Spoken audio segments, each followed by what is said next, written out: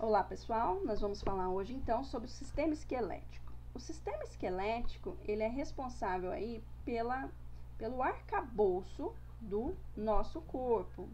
Em sentido etimológico, para a gente classificar, conceituar esse esqueleto aí, nós vamos falar que ele vem do grego, que significa esqueleto, seco, ou esqueleton, múmia. Então, o que a gente tem aí trazendo sobre isso? Que o esqueleto, ele considerado do ponto do estudo no laboratório, ele pode ser considerado aí uma estrutura seca, sem vida. No entanto, no corpo humano, ele é uma estrutura com vida, porque ele apresenta nutrição, que é a irrigação, inervação e vascularização. No sentido anatômico, a gente classifica esse esqueleto como sendo um arcabouço rígido, um arcabouço de sustentação e proteção para o nosso corpo. Proteção, porque protege alguns órgãos vitais aí do corpo humano, e sustentação, porque sustenta o nosso corpo. O esqueleto, então, ele apresenta algumas funções essas que são importantes aí para o nosso corpo. Então, ele tem uma função que a gente vai conhecer aí como suporte, sustentação.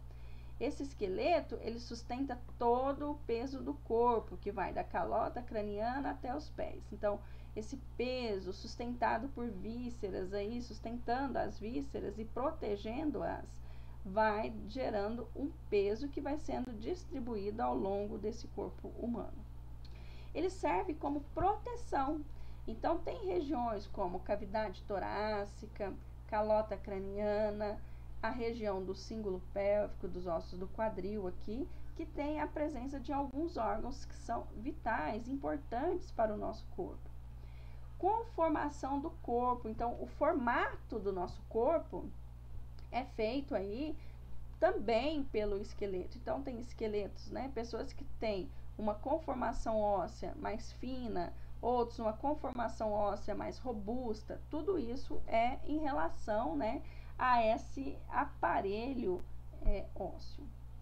Ele funciona como armazenamento de íons. Como que é isso? Esse armazenamento de íons é o que? A produção, para armazenar aí esses íons no corpo humano.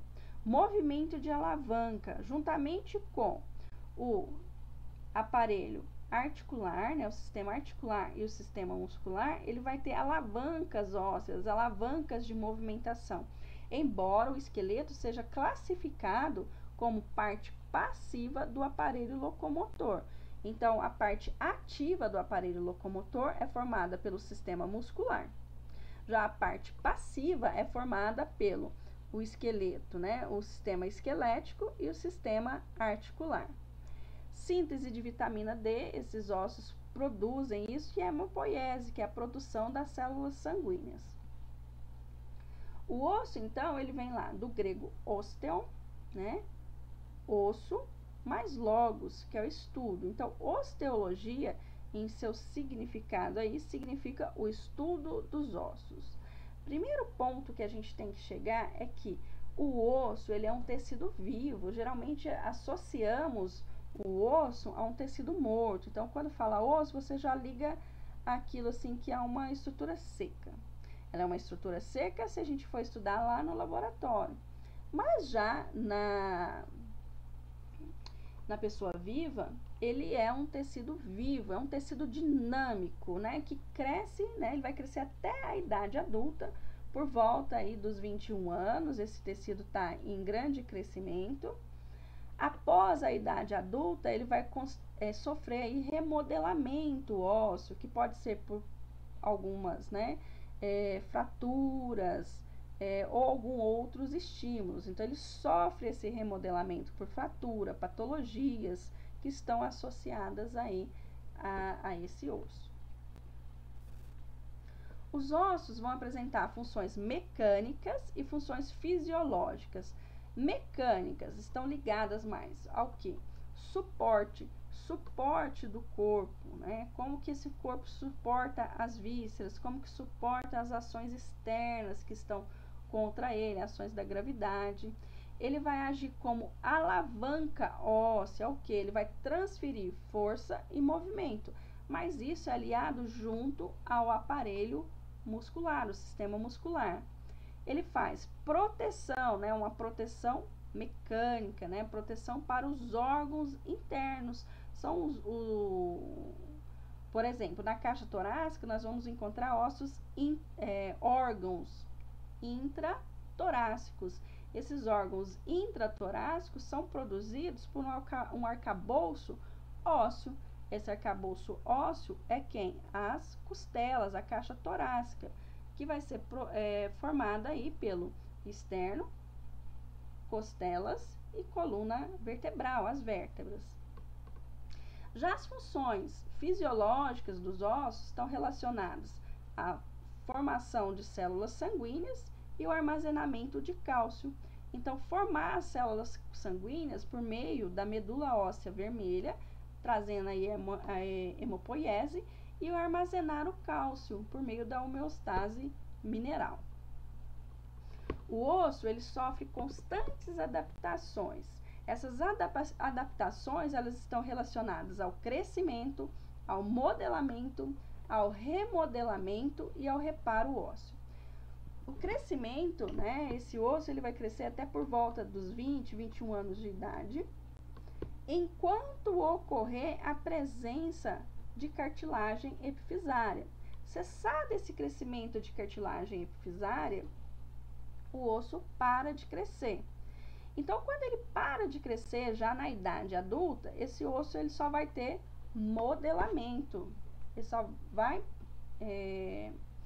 produzir aí modelagem, né? Que é quando pode ocorrer aumento de massa óssea na idade adulta. Ainda relacionado ao crescimento, né? O crescimento ósseo ele pode estar sujeito a fatores genéticos, biomecânicos, fisiológicos e ambientais. Pode ser que era para uma criança crescer e ela não conseguiu crescer, provavelmente por esses fatores aí, genéticos, biomecânicos, fisiológicos e ambientais. O remodelamento, como que a gente trabalha isso, né? É o processo pelo qual a massa óssea é mantida ou diminuída, né? Então, teve perda óssea, tem que haver um remodelamento, né? Ou tem muita massa óssea, vai perder, o que vai acontecer?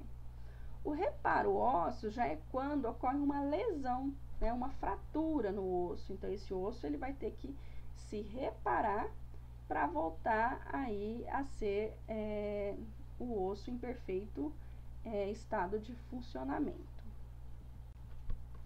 Existem dois tipos de esqueleto no corpo humano. Nós temos aqui mostrando para vocês a presença do esqueleto articulado e um esqueleto desarticulado. O esqueleto articulado é aquele esqueleto em que as conexões, né, esse esqueleto está conectado, tanto o membro superior como o membro inferior. O esqueleto axial conectado ao esqueleto apendicular.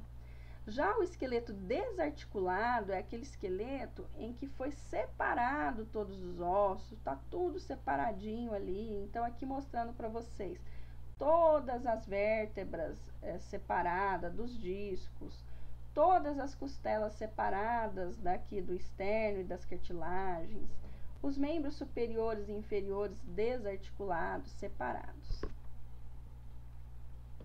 Ainda quanto aos tipos de esqueleto, nós vamos encontrar os esqueletos que são natural, né, aquele que a gente nasceu com esse esqueleto, e esqueletos artificiais, que em determinadas fraturas, lesões ou processos patológicos, é necessário a substituição desse osso por um osso artificial. Ainda nós podemos verificar aí a presença de ossos mistos, em que vai ter osso, presença de tecido ósseo mesmo, e presença aí de um esqueleto artificial. No caso, nessa peça, nós estamos observando aqui a presença, né, da cabeça do fêmur, mas uma estrutura metálica. Existem dois tipos de esqueleto que a gente trabalha. né? Então, nos animais e no ser humano. O ser humano é característico de um endoesqueleto, um esqueleto interno. Já os animais podem ter exoesqueleto, que é o esqueleto externo, ou alguns têm tanto endo quanto exoesqueleto, que é o caso do tatu. Então, aqui na nossa aula, nós vamos trabalhar com endoesqueleto. Dentro desse endoesqueleto, a gente vai estar estudando o esqueleto axial, que é um esqueleto central do corpo humano, formado pela calota craniana, coluna vertebral, sacro e a caixa torácica. Já o esqueleto apendicular é aquele esqueleto em que a gente vai observar que ele tem um membro superior e um membro inferior.